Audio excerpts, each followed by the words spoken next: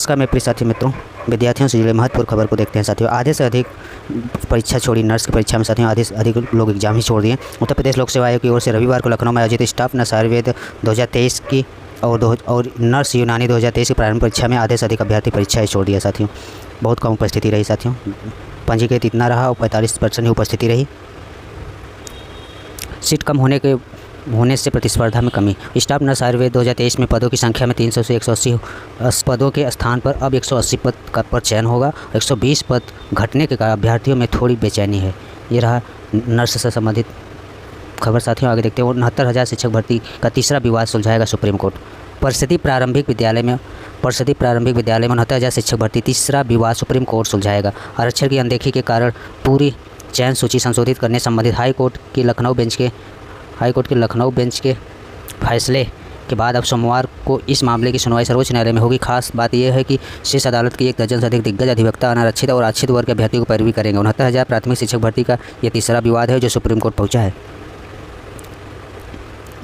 पहला विवाद रहा साथियों 69,000 शिक्षक भर्ती दिसंबर 2018 में शुरू हुई थी और राष्ट्रीय अध्यापक शिक्षा परिषद की 28 जून 2018 की अधिसूचना के बाद इस भर्ती में बीएड डिग्रीधारी अभ्यर्थियों को अवसर मिला था। लिखित परीक्षा होने के बाद सरकार ने अनारक्षित वर्ग के लिए 65% और आरक्षित वर्ग के लिए 60% उत्तीर्ण अंक निर्धारित किया था। उसके विरोध में शिक्षार्थियों ने हाई कोर्ट की लखनऊ बेंच में याचिका दायर की थी। एकल पीठ ने स्पष्ट किया था कि परीक्षा के बाद उत्तीर्ण अंक निर्धारित नहीं किया जा सकता है और 68,500 शिक्षक भर्ती में 45 से 40% अंक निर्धारित था। वही 69,000 शिक्षक भर्ती के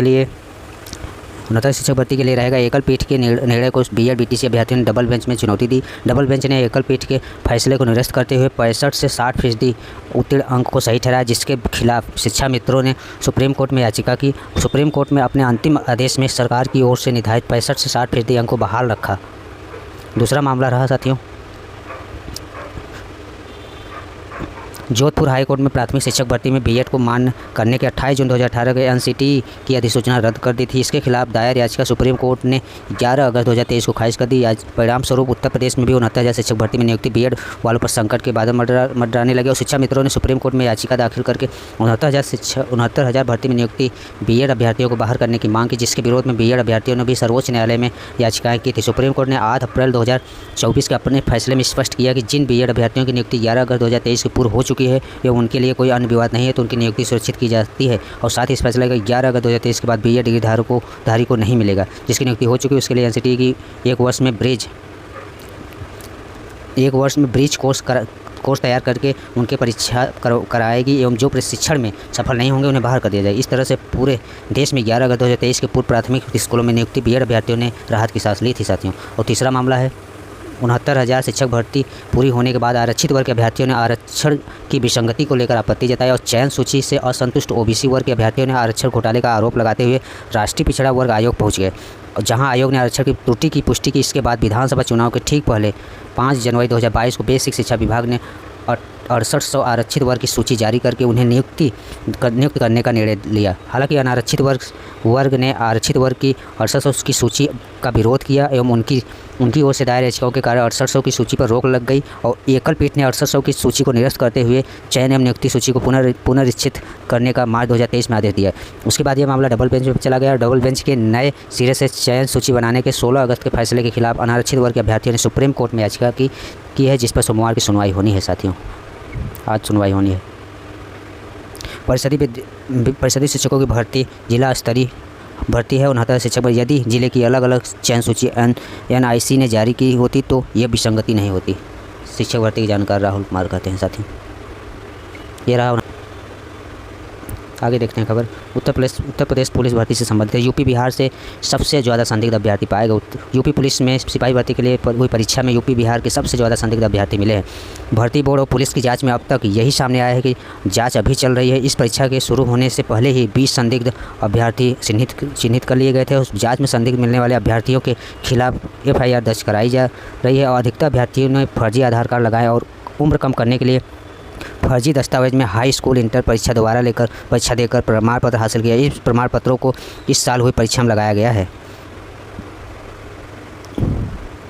ज़्यादातर ऐसे ही विद्यार्थी पकड़े गए। बोर्ड की टीम इस बिंदु पर जांच कर रही है कि 20,000 अभ्यर्थी संदिग्ध पाए गए थे, पर परीक्षा केंद्रों पर हुई जांच में सिर्फ 463 अभ्यर्थियों की संदिग्ध ही मिले। इस शेष अभ्यर्थियों के बारे में अलग अलग परीक्षा केंद्रों से आए डाटा से मिलान किया जा रहा है कि ये लोग परीक्षा देने नहीं आए या जाँच में पकड़ में नहीं आ सके। फरवरी में पर्चा लीक होने पर सिपाही भर्ती परीक्षा रद्द हुई थी। इस बार पर्चा तो नहीं लीक हुई, लेकिन अभ्यर्थियों ने दूसरे तरीके से सिंधामारी करने की कोशिश की साथियों, पर भर्ती बोर्ड और पुलिस की सक्रियता से ये लोग अपने मंसूबे में कामयाब नहीं हो सके।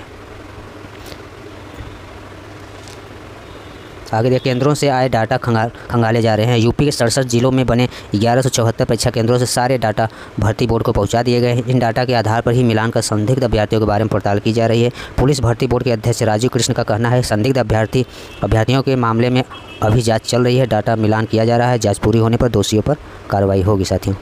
ये रही उत्तर प्रदेश पुलिस भर्ती से संबंधित खबर साथियों। आगे देखते हैं, नौकरी नहीं देनी है तो बंद करें सभी कोर्स, डीएलएड कोर्सेस। डीएलएड के अभ्यर्थी अभी तक प्रयासरत हैं, धरना अनुरोध जारी है। बीएड बीटीसी अभ्यर्थी अभी तक धरने बैठे हैं।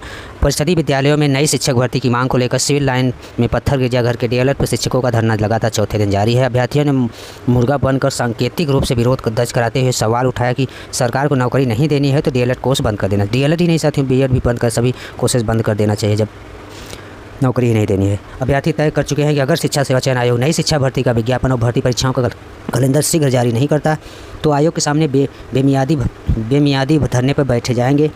हालांकि अभ्यर्थियों की मांग पर आयोग ने नई शिक्षक भर्ती के अधियाचन मांगने और कैलेंडर तैयार करने की प्रक्रिया शुरू कर दी है।